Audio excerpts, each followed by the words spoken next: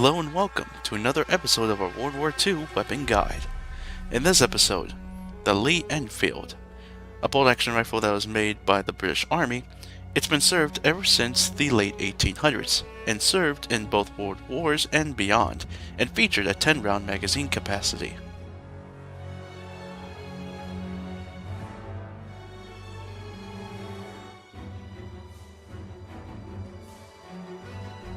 Damage-wise, it is high, although lowest within the bolt-action category.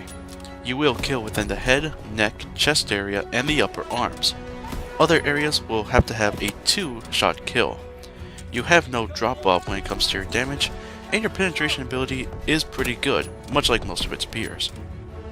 Rate of fire is still slow, although one of the fastest within the bolt-action category, at 85 rounds per minute, and with rapid fire equipped, it's increased somewhat, at 95 rounds per minute.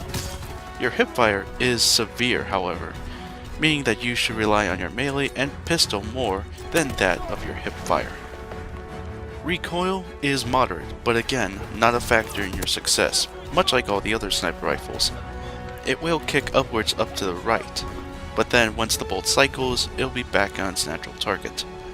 Your aim time, however, is extremely slow, much like all the other bolt actions, at 370 milliseconds, and your speed is, on average, 2, at 95% of the base speed.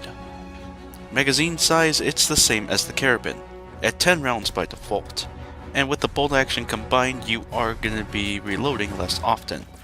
Extended magazine will increase this to 15 rounds.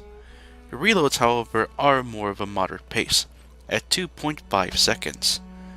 Our build with the Lee Enfield is going to be based on an agile sniper class, able to use speed as our advantage, go into place to place and get kills. This is pretty useful for newer snipers, making sure that you can take on a whole bunch of people and just run away afterwards. First up, like any other sniper rifle, we should have ballistic calibrations. This will increase your accuracy from afar and will have less sway within the distance, meaning that you will take down without needing to hold your breath, take down opponents at least. Another good idea is to increase the rate of fire with rapid fire, making it around 95 rounds per minute instead of 85. The rate of fire will make kind of a difference if you're going to be going against an opponent or two, and it could be a difference between life and death. Another idea could also be full metal jacket, so in case enemies decide to hide behind cover, you can easily severely injure or kill them in the process, while they're in cover at least. For your speed, energetic is considered a good idea. This will get you to key locations much faster, and you'll be able to take unorthodox shortcuts thanks to no fall damage.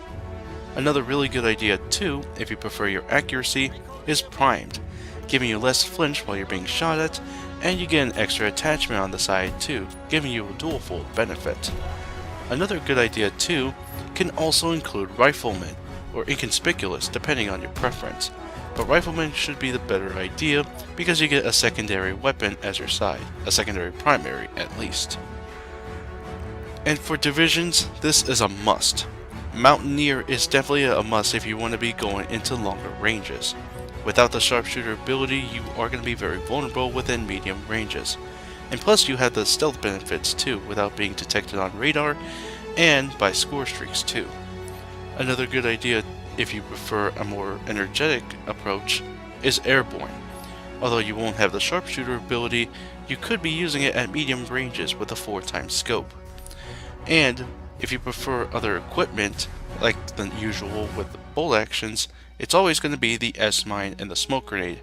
And always have a secondary weapon such as a pistol or a second primary as your secondary weapon, because you're going to have SMGs, shotguns, and all other stuff going after you at closer ranges. So all in all, the Lee Enfield has a good one-hit kill, unlike the Carabin, but although it is a little bit weaker compared to the other bolt-action rifles that you get. It is still lethal at longer ranges and has a healthier magazine. Compare that to the other two bolt-action rifles that you get. However, it does suffer from the usual sniper rifle effects. Slow handling, a worse one-hit kill than most of the other rifles, but it also has more worthless traits at closer ranges due to the very bad hipfire. So just be aware of your surroundings, and this bolt action will be a pretty good sniper rifle for you in the start. Until you get the other bolt actions, that is. Thank you all very much for watching. Be sure to like, favorite, share, subscribe, all that fun stuff, and be sure to look at my Facebook page down below. And for our next episode, we are going to be going back to the pistol category, in which we'll be reviewing the 1911. Until then, GalacticStorm saying, keep charging, bitches.